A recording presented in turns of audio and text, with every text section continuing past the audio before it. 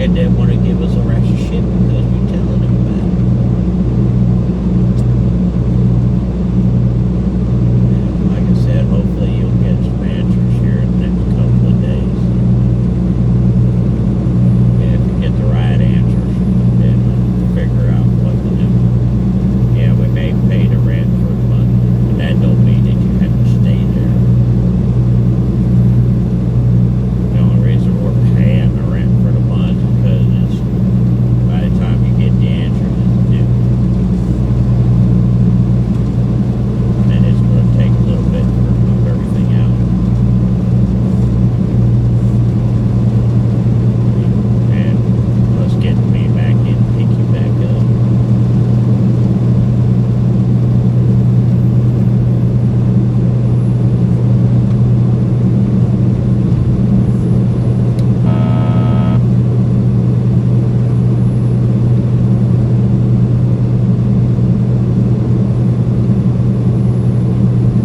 And I'm not going to come pick you back up before you go see the deal.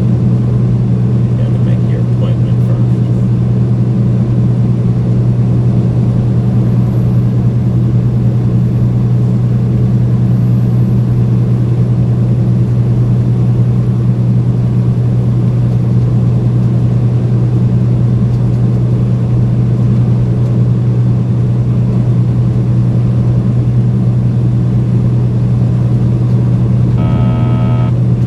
But okay. Alright. Love you.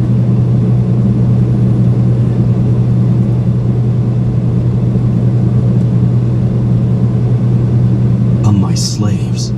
I will not give you my name, because you will try to slow me down, or stop my collecting of slaves for my afterlife. Ibiori Temeth Piti. Some believe that the killer must have been involved in law enforcement at some point, because there was an utter lack of evidence each time he killed. Although suspects were named, the evidence was never conclusive for a conviction. The high-profile, unsolved case was eventually closed, but as new technologies began to advance, the case was reopened in 2007. However, no new leads were drawn. Number 11, The Exorcism of Emily Rose.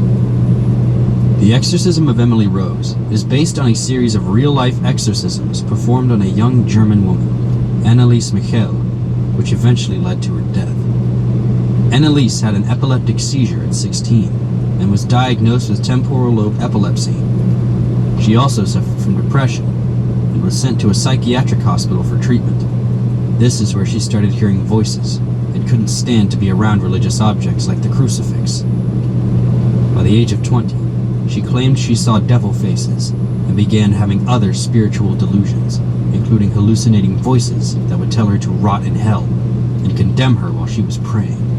Soon, she became suicidal, and, believing demons possessed their daughter, Michel's parents sought help from a Catholic priest. At first, the priests refused, citing the need for a bishop's permission to perform an exorcism, but Michel's condition worsened.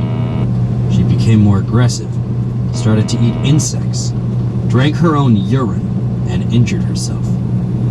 In the end, 2 local priests sought permission from the bishop, and over a 10-month period, they performed exorcism rites on the young woman. Priest Arnold Renz performed the first exorcism in 1975, after which Michel's parents ceased any and all medical treatment, relying solely on the exorcism to improve her condition. 67 sessions were performed, some lasting up to 4 hours. Michel didn't improve, saying her condition was a sacrifice, and claiming she was dying to atone for the wayward youth of the day and the apostate priests of the modern church. As she weakened, she refused to eat or drink, and on the 1st of July 1976, she died from dehydration and malnutrition, weighing 68 pounds on her deathbed. Her autopsy showed that she had broken knees, resulting from her rigorous genuflections. She'd contracted pneumonia, and she'd been in a state of semi-starvation for the year the exorcism was performed. Her exorcism became infamous. The rarely used 400-year-old rites of exorcism caught the eye of the media and the public and was strongly denounced.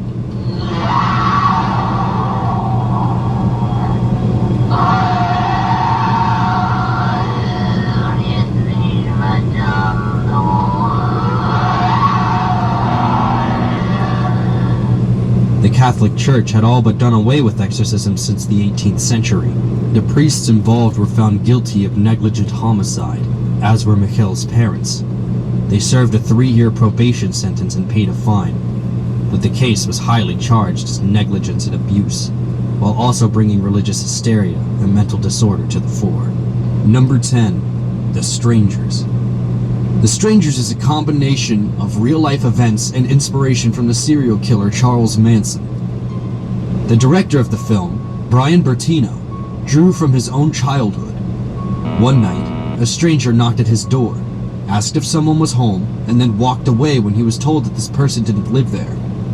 But Bertino later discovered that someone had broken into a number of homes in the neighborhood that night. The movie mirrors this. In it, at 4 in the morning, a stranger knocks at the door of a summer home where a couple is staying. The woman asks for someone who isn't there, and then leaves. James, the man in the coupling, heads out for a bit, and the woman, Kristen, hears odd sounds coming from outside. She finds a man in a sack mask watching her from the backyard, and she hides from him until her boyfriend returns. Kristen tells James what happened, after which he finds his car has been burglarized, and the woman who had knocked earlier is watching him from a distance wearing a doll mask. Through a series of events, James and Kristen eventually find themselves captured by the masked strangers, tied to chairs in their living room. "Why are you doing this?" Kristen asks the strangers. The woman responds, "Because you were home." The couple is then stabbed repeatedly by the strangers, and the movie ends with 2 young boys discovering their bodies. Bertino, the film's director, cites Helter Skelter, a true crime book about the Manson family murders, as a primary source of inspiration. Manson is known to have led a sort of cult commune in California in the late 60s, in which he preached Helter Skelter, a term taken from a song by the Beatles. Manson thought it meant an apocalyptic race war was approaching, and he thought murdering people would help begin the war. In the summer of '69, the Manson family murdered 9 people, according to Charles Manson's instructions. Number 9. The Haunting in Connecticut. Loosely based on real events that took place, this 2009 American psychological horror film is said to be about Carmen Snedeker and her family who lived in Southington, Connecticut in 1986. Famed paranormal investigators Ed and Lorraine Warren said that the Snedeker home served formerly as a funeral home. The morticians who worked there, the Warrens claimed, had committed necrophilia with the corpses. An exorcism was performed in order to rid the strong supernatural forces that had found a home there. Catholic exorcists were brought in to perform an exorcism. A wax effigy of the Virgin Mary used in the exorcism is now on display in the Zaffis Museum of the Paranormal. The statue was disfigured during the rites.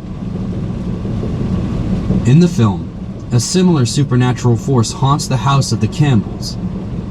The Campbells had rented out a home that was closer to the hospital, as one of the film's characters, Matthew, had cancer. Matt moves into the basement and finds a strange door there. He soon starts to have creepy visions, involving corpses and a bearded man.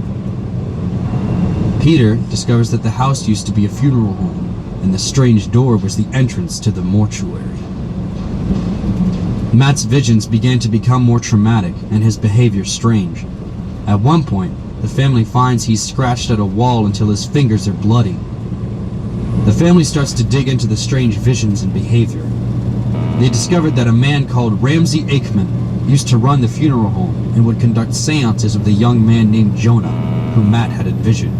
One of the seances led to multiple deaths, including that of Aikman, after which Jonah vanished.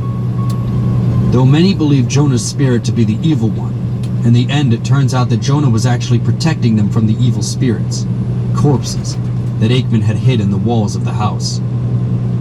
We know more about the surface of the moon and about Mars than we do about the deepest part of the ocean. What was that? Turn your lights off. Underwater, rated PG-13 in theaters January 10th. Jonah had been cremated alive by them during the seance.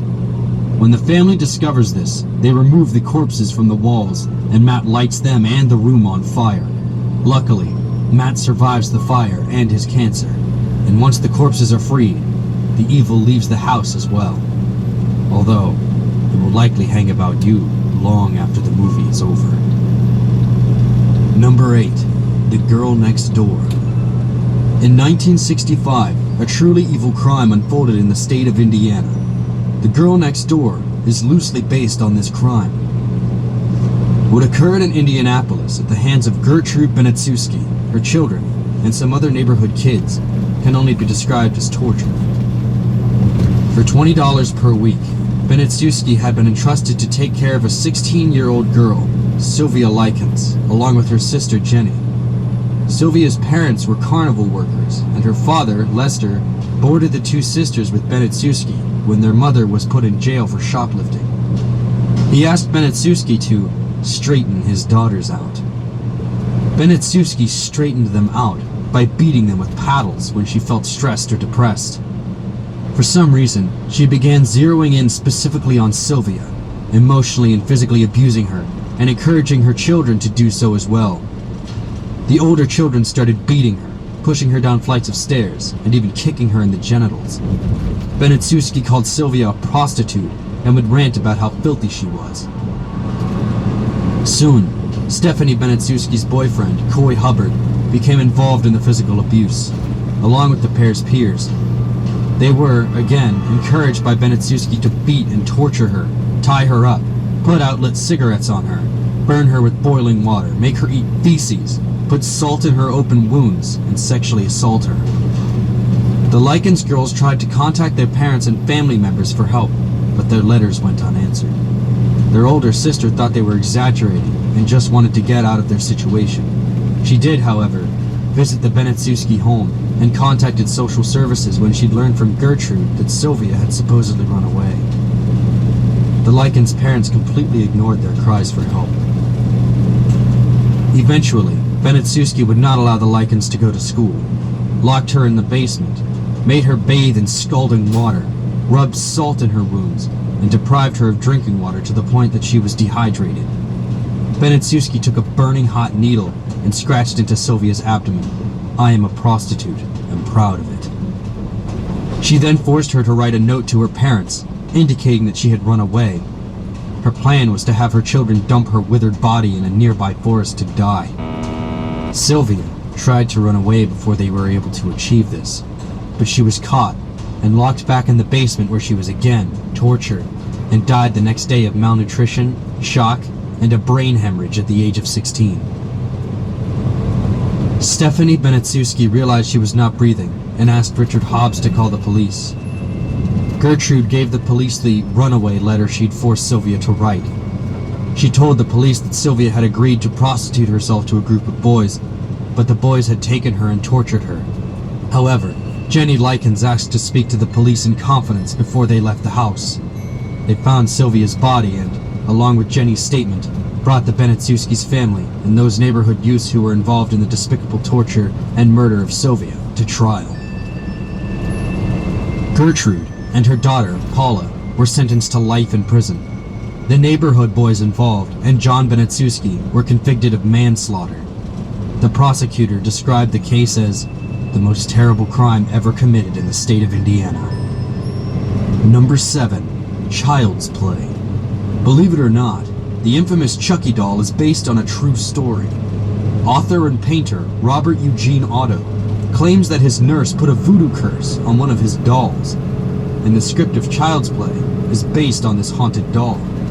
The real cursed doll, also known as Robert the Enchanted Doll or Robert the Haunted Doll, is at the center of ghost tours in the Key West region. Robert has woolen or yarn hair and is dressed like an American sailor from the early 1900s. Although Chucky doesn't at all resemble Robert, he is certainly equally as creepy. Child's Play is the first installment in the series of slasher films, in which a mother gifts her son a doll which is possessed by the soul of a famed Chicago serial killer. The man's evil soul enters the doll after he is killed in a shootout with homicide detective Mike Norris in a toy shop. When the doll is gifted to the boy, Andy, the boy's babysitter is killed that night. She falls out a window after being slammed in the face with a hammer, and Andy is suspected by the police. The next day, he is ordered by Chucky to go downtown because the serial killer wants to pay a visit to Eddie, one of the serial killer's friends who abandoned him. The doll turns up the gas on the stove and messes with Eddie until he takes a shot at the stove, causing an explosion. Andy is, again, suspected of the murder and is put into a mental hospital. Through a series of events, Chucky discovers that he must escape the doll's body and possess the first person who was told about him, Andy, while Mike and Andy's mother discover that the serial killer's soul can be destroyed via a fatal injury to the heart. After a lot of violence and many false death scenes, Mike finally shoots Chucky in the heart, killing the soul of the killer. Or so we're led to believe, until the next installment comes out. Number 6. The Conjuring. Paranormal investigators Ed and Lorraine Warren are the witnesses of the real-life haunting that inspired The Conjuring. In the film, the Warrens themselves are represented responding to the Perron family in 1971 Rhode Island. The family made claims about strange and volatile events occurring in their farmhouse, and the real-life Warrens say the case was one of the most difficult to address. In the film adaptation, the Perrons move into the farmhouse with their 5 daughters and their dog, who won't enter the home, perhaps suspecting what horrors await the family inside. One of the kids finds a cellar entrance that's boarded up, and within a few days, a series of hauntings occur. The family dog is found dead. One of the daughters, Christine, feels an evil spirit pulling on her leg, and another of the girls, Carolyn, hears strange clapping in the hall. She follows the noises to see where they're coming from and ends up in the basement, where the spirit traps her. Simultaneously, 2 of the other girls are ambushed by another evil spirit living above the wardrobe. This is when the Warrens are called in for their expertise. Upon examination, the Warrens recommend an exorcism of the farmhouse. They must dig a little deeper and seek permission from the Catholic Church to go ahead with the exorcism. What they find is deeply disturbing. The history of the house's former occupant explains why evil resides here. An alleged witch, named Bathsheba, had sacrificed her baby to the devil. The baby had only been a week old. She then placed a curse on her land and those who would later reside there, after which she killed herself. Ever since that day in 1863, a number of murders and suicides had taken place on the property. After further investigation, including installing bells and cameras throughout the house, the Perron family decides to stay in a hotel while the Warrens appeal to the church for an exorcist. But while they're waiting, it is discovered that Carolyn has been possessed by Bathsheba and attempts to kill Christine. Ed Warren decides to try to perform the exorcism, as there's no time to wait for a priest. He is attacked by Bathsheba during an attempted exorcism. While Ed is incapacitated, Carolyn tries to kill April as well, but is distracted by Lorraine until the exorcism has been successfully performed, ridding of Bathsheba and her curse forever. Number 5. The Texas Chainsaw Massacre. If gruesome, scary movie murders with chainsaws don't scare you enough, then perhaps knowing that some of the facts of this tale are based on true events might at least make your skin crawl. The concept for the 1974 horror film, The Texas Chainsaw Massacre, is inspired by the real-life murderer, Ed Gein. Some minor plot details were based on his crimes, and the main villain, Leatherface, is reimagined from Ed Gein's tendency to tan the skin of his victims and use it as clothing. Ed Gein was a murderer and body snatcher who wreaked havoc in and around Plainfield, Wisconsin in the mid to late 1950s. He was found to have exhumed bodies from area cemeteries in order to build himself seriously creepy trophies from the skin and bones of the dead. He also confessed to murdering 2 women. Although he was diagnosed as legally insane, he was found guilty in 1968 for killing Bernice Warden, a hardware store owner. When his beloved mother died, Gein lived on the family farm by himself. Completely alone in the world and quite mentally disturbed already, he began to read death cult magazines, specifically ones that included cannibalism. When Gein was finally suspected of murdering Warden, having been the last customer to visit the store before she disappeared, investigators searched his property and found Warden's body hanging upside down in his shed. Gein had shot her, decapitated her, and dressed out her torso like a deer. investigators searched the rest of Gein's house and made numerous blood-curdling discoveries, including skulls on his bedposts and items made out of human skulls and human skin, including bowls, chair seats, a lampshade, and a wastebasket. Additionally, he'd made clothing items out of human skin, including a corset, leggings, a belt, and face masks. The movie took some of these details under consideration when creating their character, Leatherface, who picked off characters in the movie one by one in order to feed them to his cannibal family. His home, also a farmhouse like Gein's, is full of furniture made from human bones. Although these gory real-life details are dramatized in the film, this is one case where the dramatization of cinema pales in comparison to the gruesome nature of true events. Number 4. The Exorcist. The Catholic Church performed an exorcism on a 14-year-old American boy in the late 40s. The boy's pseudonym in records that documented this exorcism was Roland Doe, and Raymond Bishop was the acting priest who alleged that Roland was possessed by a demon. The famous film The Exorcist is based on these real-life events. Roland didn't have many friends as a child, and his adult family members were those he most often played with. His Aunt Harriet particularly influenced him, pulling out the Ouija board whenever Roland wanted. When Aunt Harriet died, it's alleged that strange things started to happen. Regular objects started levitating and flying across the room around the boy. Furniture moved on its own, and strange noises were heard throughout the home. The family was Lutheran, and they asked their pastor for help. After observing the boy in his own home, Pastor Luther Schultz advised that the family seek help from a Catholic priest. During the boy's first exorcism, which took place at Georgetown University Hospital, Roland managed to pull one of his hands from the restraints that held him to the bed and wrench a bed spring from below the mattress, which he used to stab the priest's arm. The boy was further observed to speak in a guttural voice and bow away from any sacred item. Being that the first exorcism was cut short, literally, a second exorcism was performed on Roland, with a series of odd happenings occurring during the rite, including symbols and the words hell and evil appearing on the child's body. The bed also shook vigorously, and Roland ended up breaking Father Walter H. Halloran's nose. An author who investigated the incident, Thomas Allen, said that there was no definitive proof that the subject was possessed. He may, instead, have been suffering from mental illness or abuse, or he may have made up the entire thing. I was with this person for 18 years and then we split up. I had such a broken heart. Before his death, Halloran made a statement that he couldn't go on record saying that the boy was truly possessed. "I never made an absolute statement about the things," he said, "because I didn't feel I was qualified." Demonic possession or not, the real-life events of this exorcism served as great plot fodder for a horror movie. Hence, The Exorcist's long-standing reputation as one of the top horror films of all time. Number 3.